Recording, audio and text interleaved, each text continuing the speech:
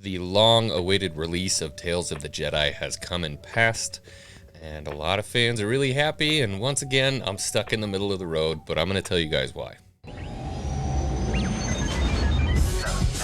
Red 3 standing by. Red 6 standing by. Red 9 standing by. Red 2 standing by. Red 11 standing by. Red 5 standing by. What is going on, everybody? Welcome back to the channel. I want to talk to you guys today about Tales of the Jedi, written by Dave Filoni, because I feel like this is another very interesting case of Star Wars being so close to hitting the mark and just dancing around the bullseye. Now, I already know there are going to be people in the comment section saying, bro, you don't like anything. You ain't never happy about anything. Just give me a second. Look, I thought there were a lot of good moments in the show. I think there was a lot of stuff to be happy about. But again, like I said, this is just barely dancing around the bullseye when I think they could have really nailed it. Now, what kind of complainer would I be if I didn't give you specific examples? And this is basically what the entire argument is predicated on. This show was written by Dave Filoni, obviously, so we're going to get a lot of Ahsoka in the show. Now, that's something that I knew going into this, but what I didn't really know is how heavily they were going to focus on Count Dooku and Qui-Gon Jinn. And for me, this is the classic case of the 7-year-old in a restaurant who orders lasagna and then he sees the hamburger go by and he's like, I think I want that hamburger. We started off episode 1 so heavy with Ahsoka. Obviously, we're learning how they come to find out that she is a Jedi, that she's got Force powers. And then episode 2, we just completely depart that story.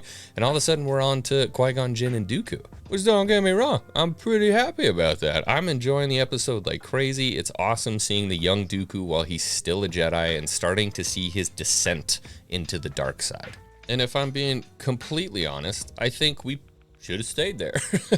There is such a rich environment in that period that really hasn't been touched yet, because there's so much that happens from episode 1 to episode 2 that we never really get to see. We don't really get to see Anakin kind of growing up as a Padawan. We don't really get to see Dooku's descent to the dark side. We don't really get to see the machinations of Palpatine's rise to power.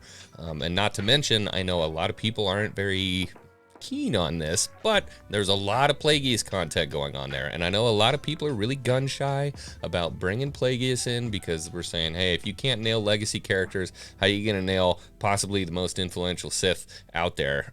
I don't know, but I'd be willing to see them, I don't know, take a crack at it, I guess. So we spend some time diving into Dooku and his reasons for going the direction that he did.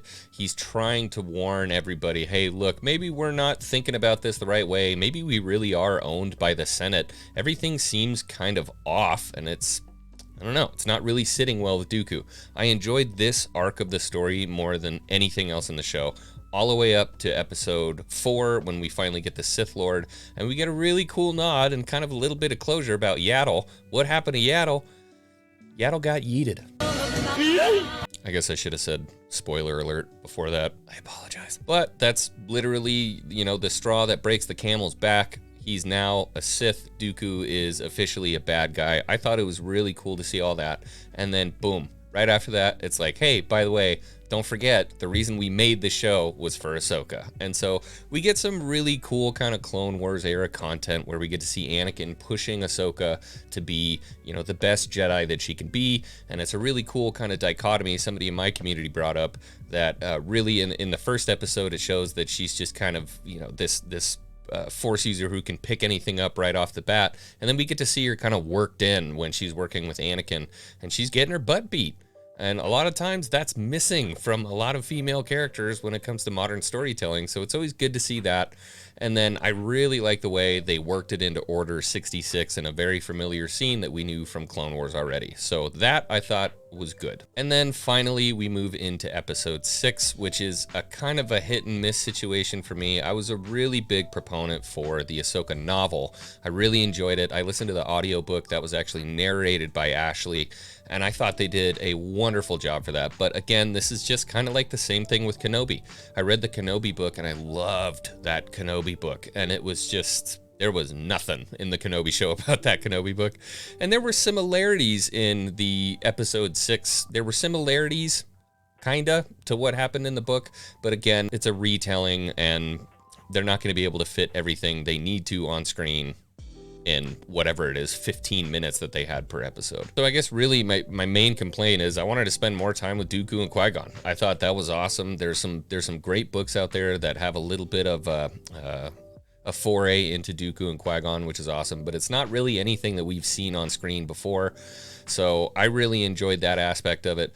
I honestly could have done without a lot of the Ahsoka stuff, and I know I'm thinking of somebody right now who's going to be extremely mad at me for saying that, but Ahsoka's really been the focus of Star Wars for a long time. Since Dave Filoni, kind of came in with the Clone Wars, Ahsoka's been the next thing. She's the next Luke, right? And there's been a very heavy focus on her. Obviously, she's been in The Mandalorian, Boba Fett. She's getting her own show. She's definitely still back in the mix.